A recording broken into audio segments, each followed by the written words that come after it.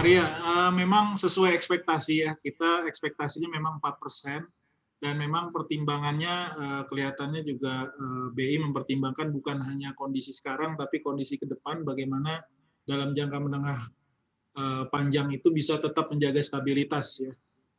Dan juga tadi sudah disebutkan juga bagaimana kita menjaga stabilitas rupiah. Kita tahu rupiah kita terakhir-terakhir ini agak sedikit melemah ya, dari posisinya di sekitaran 14.000 2 bulan yang lalu, ini kurang lebih sekarang di sekitaran 14.800 ya. Jadi memang kita lihat inflow dana dari luar ya, terutama untuk obligasi dan portofolio ini memang kelihatan agak sedikit melemah ya, kecenderungannya flat. Nah, ini juga mungkin jadi salah satu pertimbangan dari Bank Indonesia, walaupun memang dari sisi inflasi kita mengalami inflasi rendah dan kelihatannya akan sesuai dengan ekspektasi tadi, yang 3% plus minus 1. Dan mungkin berada di batas bawahnya. Jadi di batas bawah mungkin ke arah 2% bahkan untuk inflasi tahun ini. Mhm. Kalau bicara ruang sebenarnya masih ada atau tidak sih? Atau memang ini akan dijaga di level yang paling bawah begitu ya, level 4% ini? Seperti apa, Pak David kalau Anda melihat begitu ya keputusan dari Bank, Indonesia sendiri?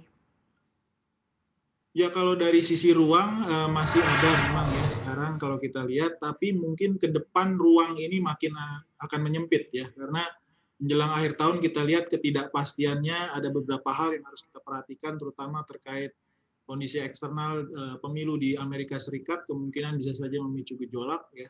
Mhm. Lalu juga perkembangan pandeminya sendiri ya, memang di beberapa negara belum ada kepastian soal distribusi vaksin dan lain-lain.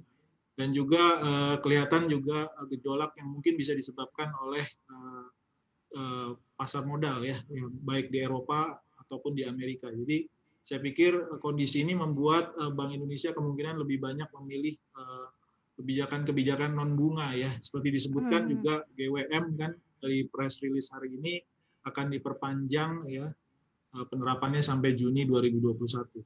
Mhm. Kondisi-kondisi yang seharusnya begitu ya bisa dicapai oleh Indonesia di masa saat ini begitu, apalagi sekarang kan era suku bunga rendah dan apalagi sekarang dipertahankan juga di level 4%, harusnya seperti apa sih Pak David? Karena kan kalau kita lihat, dari keputusan Bank Indonesia ini tampaknya dampaknya juga belum terlalu terlihat khususnya kalau di sektor real begitu ya ataupun juga kondisi makro secara keseluruhan nih.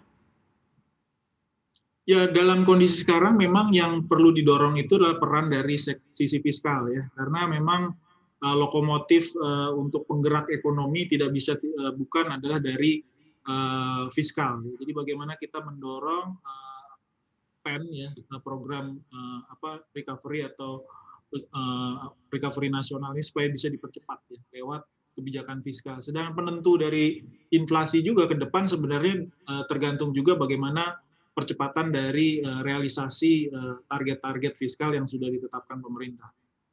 Mhm.